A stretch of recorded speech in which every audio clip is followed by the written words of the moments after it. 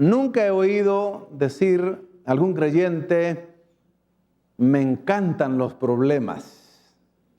¿Usted ha oído alguna vez eso? No lo va a oír. Pero sí he oído muchos testimonios de hermanos y hermanas que han dicho, a través de los problemas y las grandes dificultades que he tenido, he podido conocer más a Dios y también he visto milagros en mi vida. Eso sí lo he escuchado.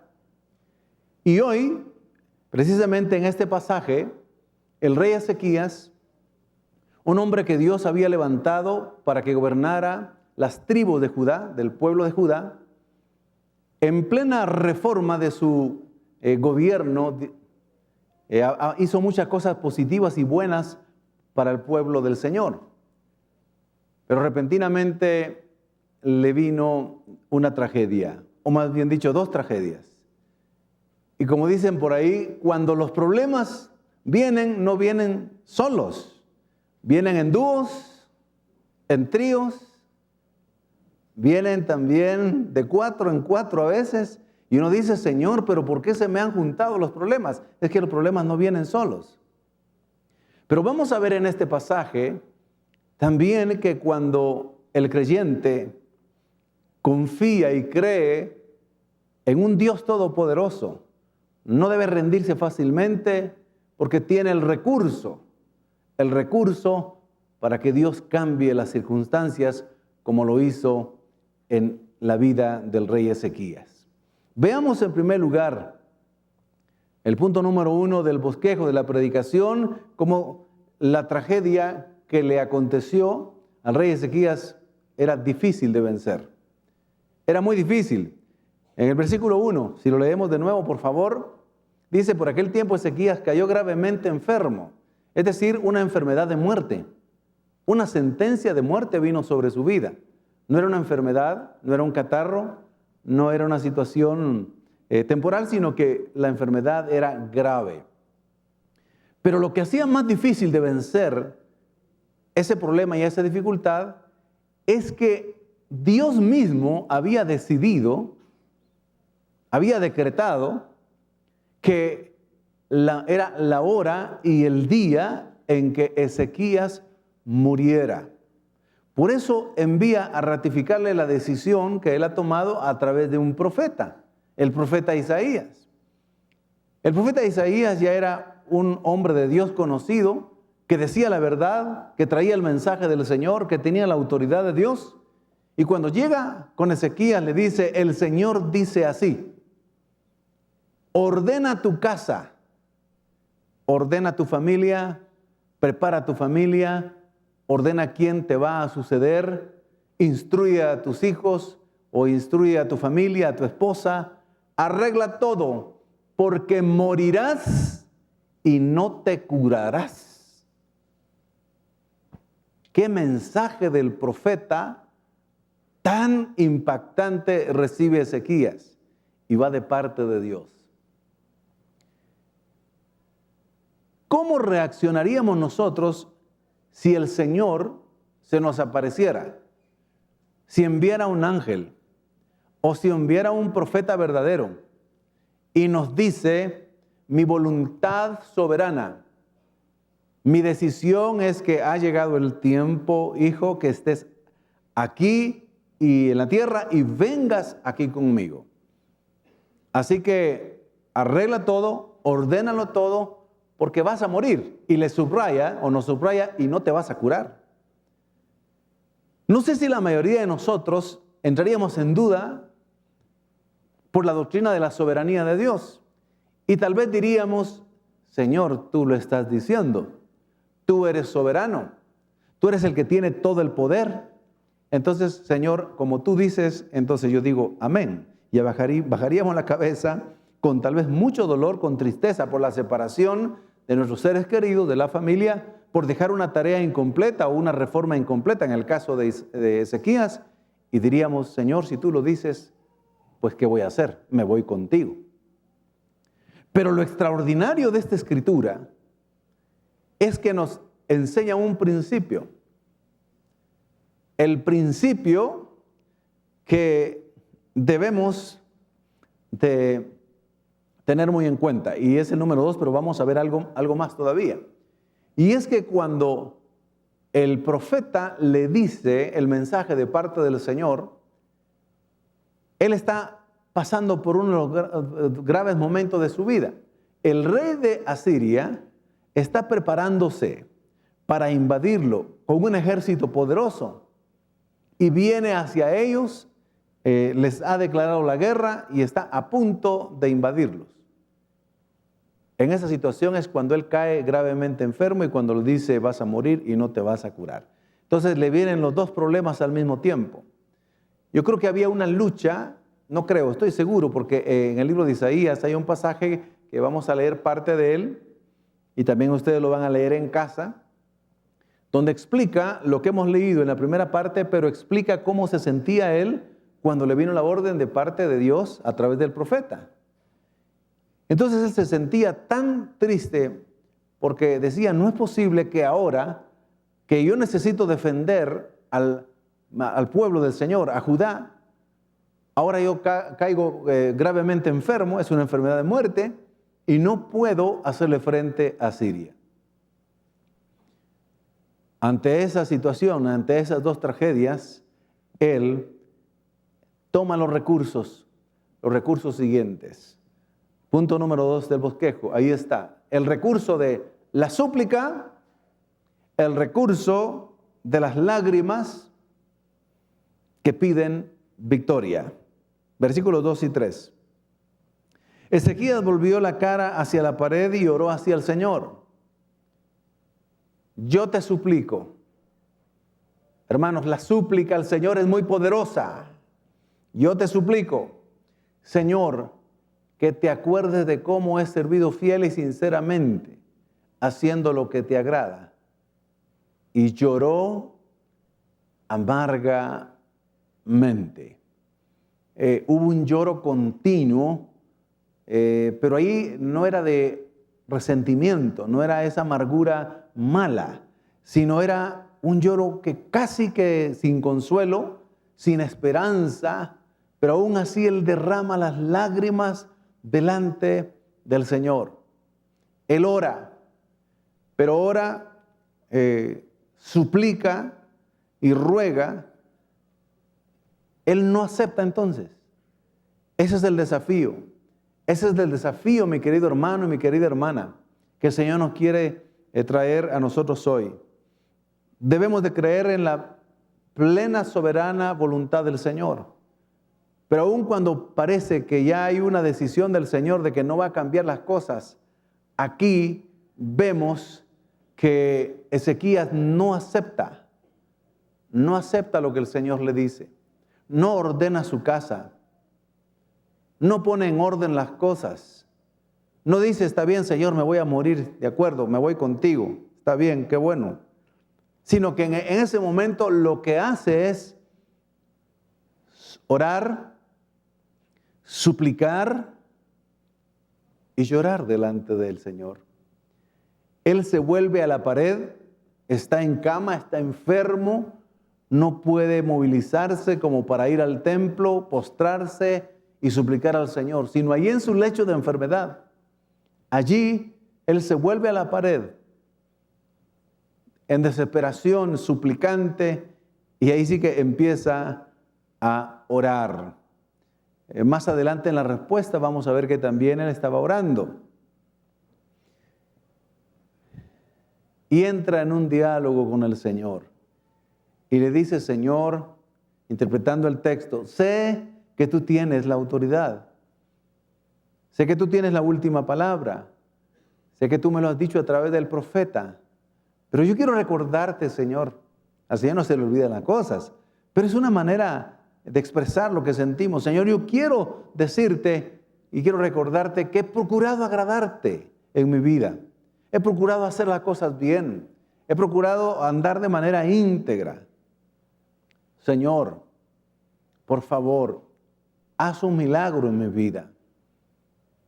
Cambia tu instrucción. Cambia tu decisión. Por favor, Señor. Y comienza a suplicar. Yo te suplico, dice el texto. La súplica tanto en el Antiguo como en el Nuevo Testamento, es un clamor profundo, pero en voz alta. Es un ruego profundo que sale de lo más recóndito de nuestro corazón. Es pedir favor de manera persistente y perseverante, suplicándole al Señor que cambie las cosas. Yo te suplico.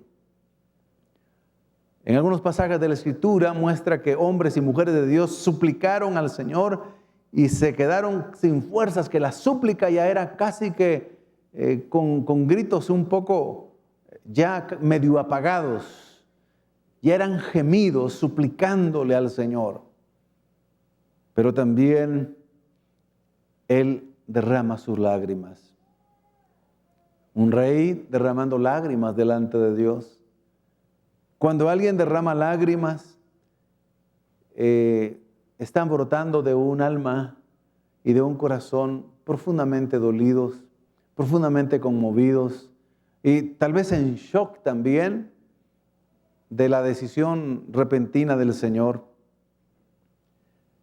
El que derrama lágrimas delante del Señor está mostrando con humildad su incapacidad, su impotencia, está haciendo a un lado su orgullo, su posición, su nivel, ya deja a un lado la posición de rey, de un siervo llamado por el Señor, sino sencillamente es un hombre necesitado de que Dios cambie las circunstancias. Y él llora, él llora, él llora, él suplica, él ora y derrama sus lágrimas. Y casi seguro, como en otros pasajes de la Escritura, lloró tanto, suplicó tanto, que llega un momento en que ya no tiene fuerzas y casi siente que ya no tiene más lágrimas que derramar. Lo ha derramado todo. Se ha puesto ante Dios tal y como es, alguien necesitado de un milagro, pidiendo que Dios cambie la instrucción.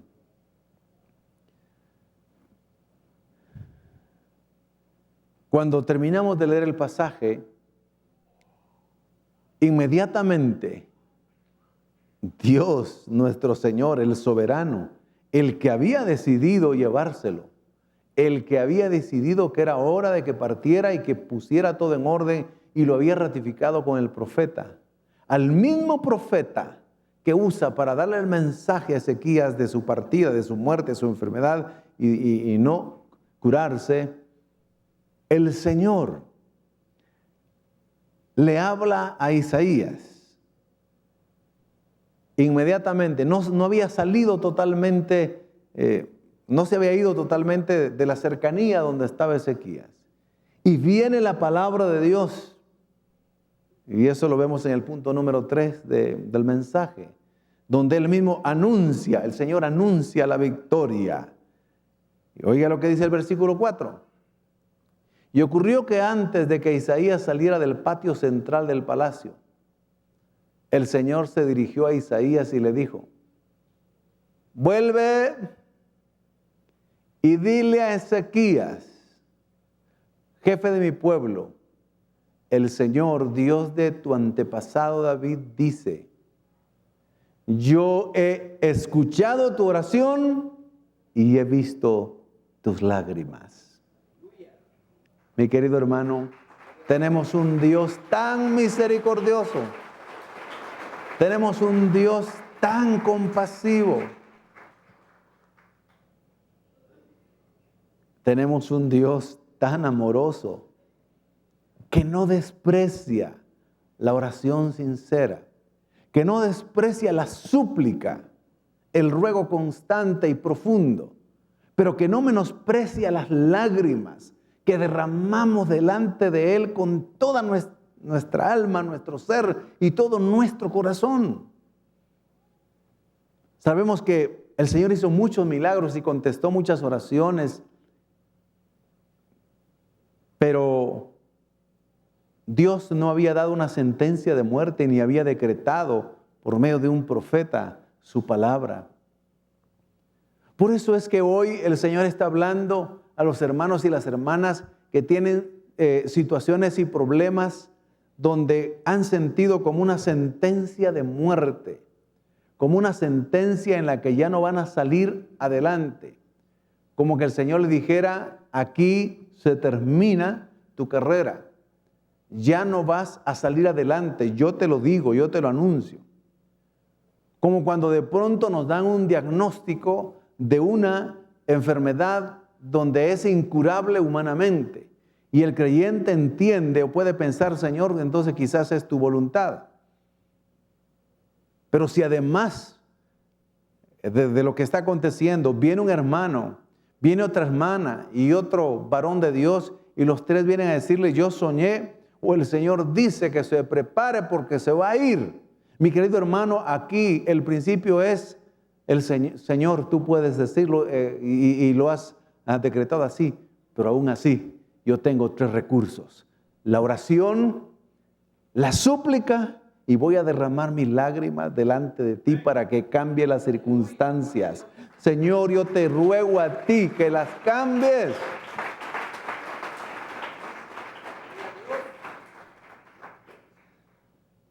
Este pasaje es extraordinario. Este es uno de los pasajes donde debemos aferrarnos cuando las cosas humanamente ya son imposibles. Cuando hay personas desahuciadas. Cuando ya está firmándose casi un divorcio, una separación. Cuando los padres escuchan la noticia de sus hijos donde el médico dice tiene una enfermedad irreversible, tiene una enfermedad mental, una psicosis, o dice ya no hay esperanza para sus hijos, no hay esperanza para que vuelva a haber una situación mejor para usted. Mis queridos hermanos, con humildad, no debemos de aceptarlo, no debemos de rechazar sin antes orar, suplicar y derramar nuestras lágrimas delante del Señor. Porque si el Señor hizo esto con Ezequías, lo puede hacer con cualquiera de los hijos de Dios que hemos creído en su Hijo Jesucristo, nuestro Señor y nuestro Salvador personal.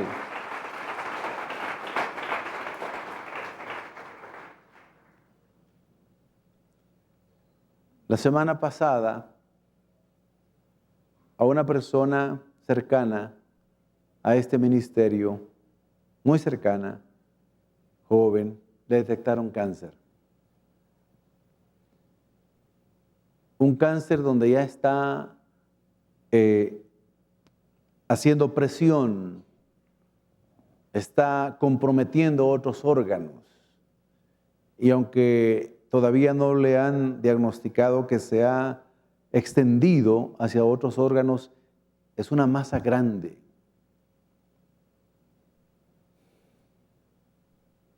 Orábamos con la familia y le decíamos, el Señor puede ser que quiera llevarse ya a su hijo. Pero de acuerdo a esta escritura, lo menos que podemos hacer es intentar lo que intentó Ezequías. Y esperemos de Dios un milagro. Y esta palabra fortaleció mucho. Mientras tengamos vida, tenemos la esperanza de suplicarle al Señor. Mientras tengamos vida, podemos llorar y derramar nuestras lágrimas delante de Él. Para Dios no hay nada imposible. Para Dios no hay nada imposible.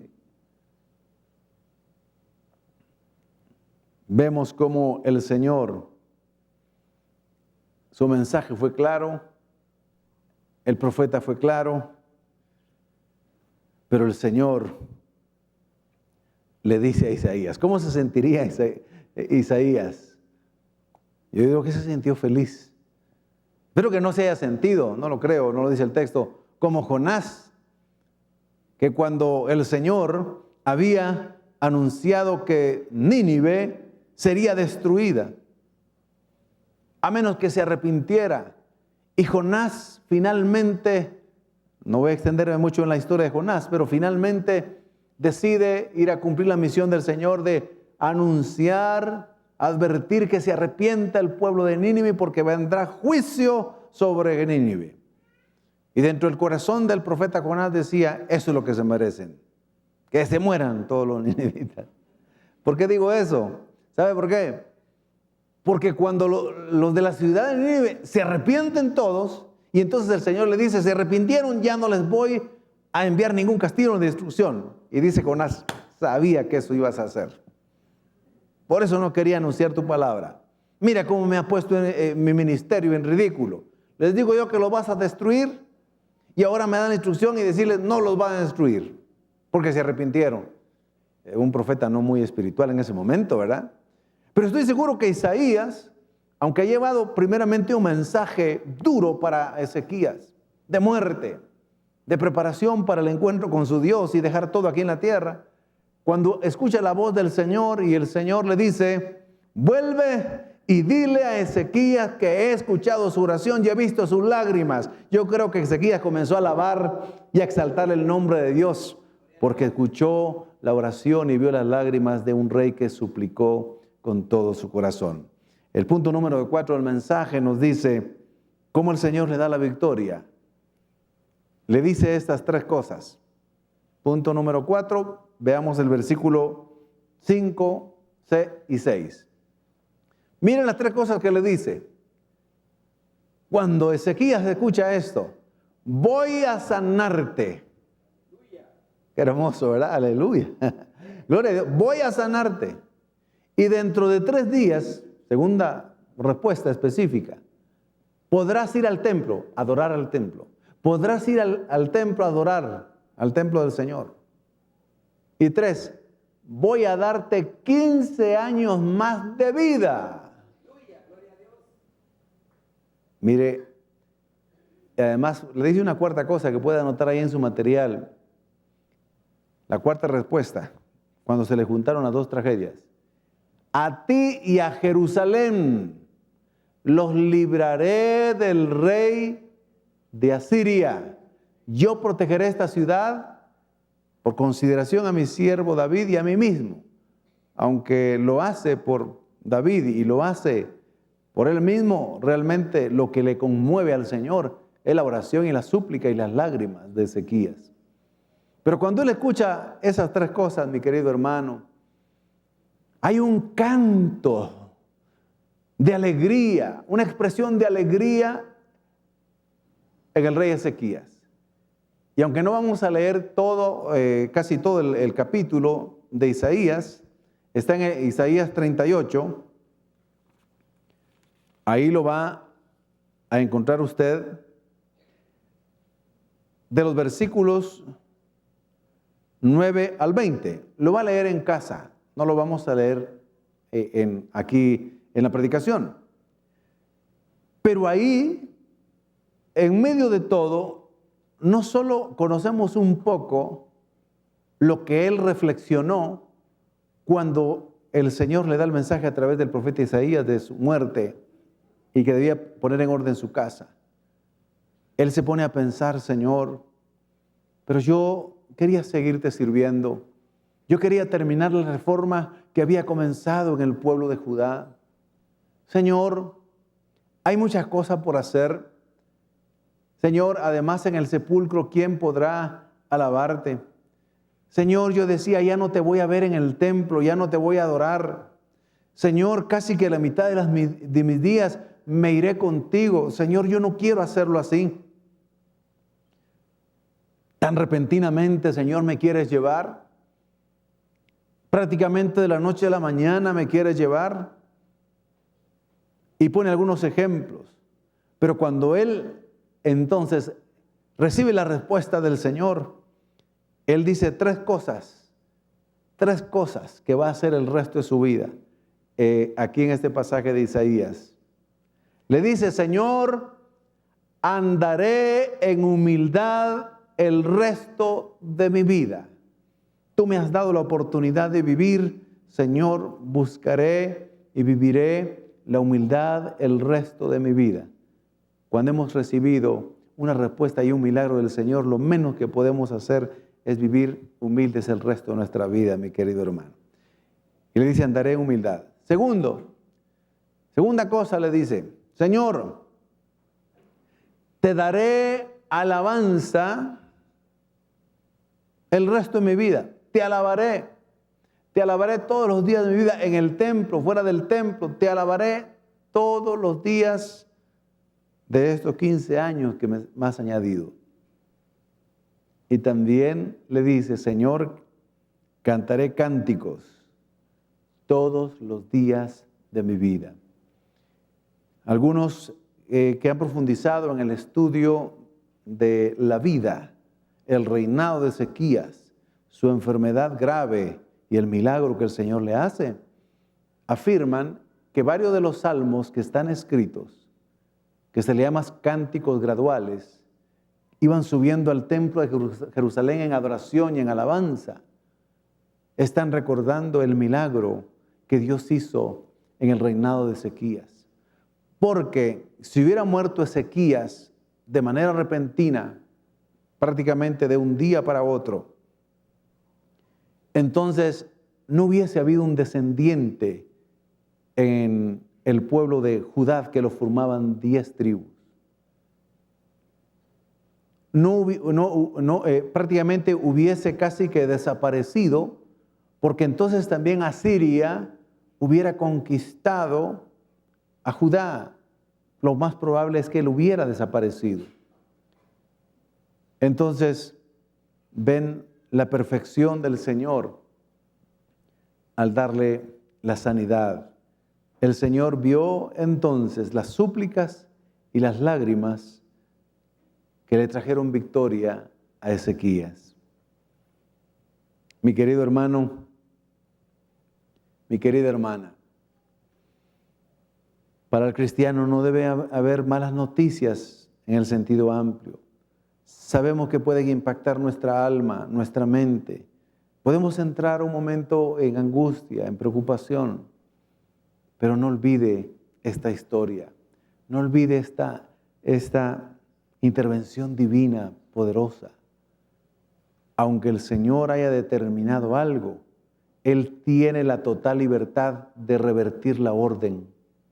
Si Él da la orden, Él puede decir, esto es una contraorden, ya no vas a morir, vas a vivir. Has suplicado, me has buscado, te has humillado ante mí, entonces yo cambio la instrucción y te doy vida, yo te prospero, te levanto y hago el milagro que tú me has pedido. Pónganse de pie, mis queridos hermanos. Démosle un fuerte aplauso al Señor Jesucristo. Él es bueno y para siempre su misericordia.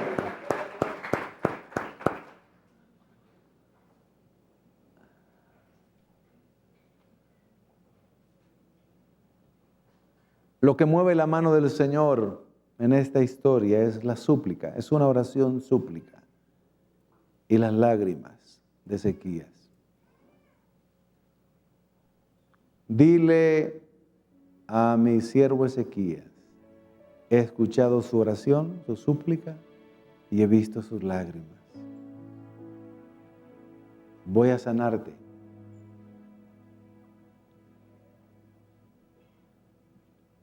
Dentro de pocos días irás al templo a adorarme. Te añado 15 años. Y los enemigos de los asirios que venían contra ti, yo te doy la victoria sobre ellos y serán derrotados. Mis queridos hermanos, la soberanía del Señor y la palabra de Él dicha se cumple, pero nos da el recurso de poder dialogar con Él y decirle, Señor, todavía no. Dame otra oportunidad, dame vida, cambia las circunstancias, pero hagámoslo con todo el corazón. Y sabe, hay algo que he podido comprobar en mi vida como creyente. Cuando rogamos y lloramos y derramamos lágrimas delante del Señor, Dios no es indiferente a las lágrimas. Si tiene muchos meses, muchos días o semanas de no derramar lágrimas delante del Señor,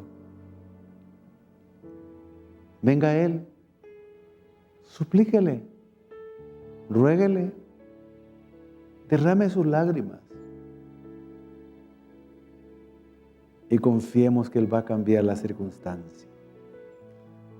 Los que estén necesitados de una oración y los que tengan situaciones muy difíciles, este es el momento para que pasen rapidito acá y derramen su vida delante del Señor. Él es el que tiene toda la autoridad en el cielo y en la tierra. Él cambia las circunstancias. Bendito tu nombre. Gracias porque eres un Dios misericordioso, lento para la ira y grande en misericordia. ¿Quién más está necesitado del Señor? Venga, venga.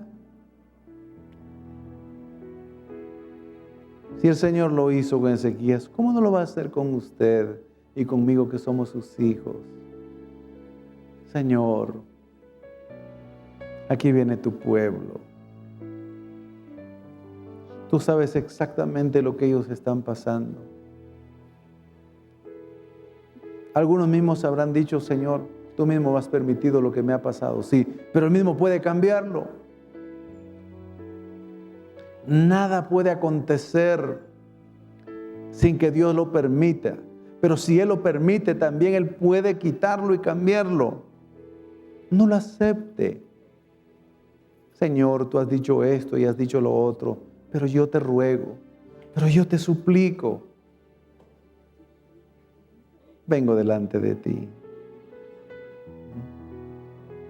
Ahí en fe, donde usted se encuentra rogando, suplicando y derramando sus lágrimas,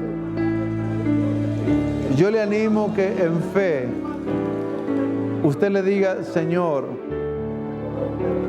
confío en que cambia las circunstancias y que has escuchado mi oración y has visto mis lágrimas, has visto mi necesidad. Señor, andaré en humildad, así puede decirle. Te daré alabanza todos los días de mi vida, el resto de mi vida. Cantaré y hablaré de tus maravillas a otros, por darme la oportunidad de vida, por darme la oportunidad de extenderme la vida, por la oportunidad de cambiar las circunstancias en mi familia, en mi matrimonio, con mis hijos, con mi familia, en la situación económica. Señor, gracias, te alabaré, bendeciré tu nombre, cantaré alabanzas a ti, te adoraré, andaré en humildad, seré agradecido. Gracias de todo corazón. Y si aquí hubiera alguna persona que quiera entregar su vida a Jesucristo como el Señor y Salvador de su vida, quiera recibir la vida eterna, el perdón de sus pecados, la salvación, si está aquí adelante o está allá de pie, si lo hace con una oración de fe, el Señor lo salva. Señor Jesús, reconozco que soy pecador. Me arrepiento de mis pecados. Perdóname. Gracias por la oportunidad que me das de salvarme hoy. Me arrepiento. Sálvame, cámbiame, inscribe mi nombre en el libro de la vida, porque hoy creo en mi corazón que resucitaste de entre los muertos. Creo que tú eres el Salvador de mi vida. Confieso con mis labios que tú eres mi Señor. Gracias por salvarme, por amarme. Amén.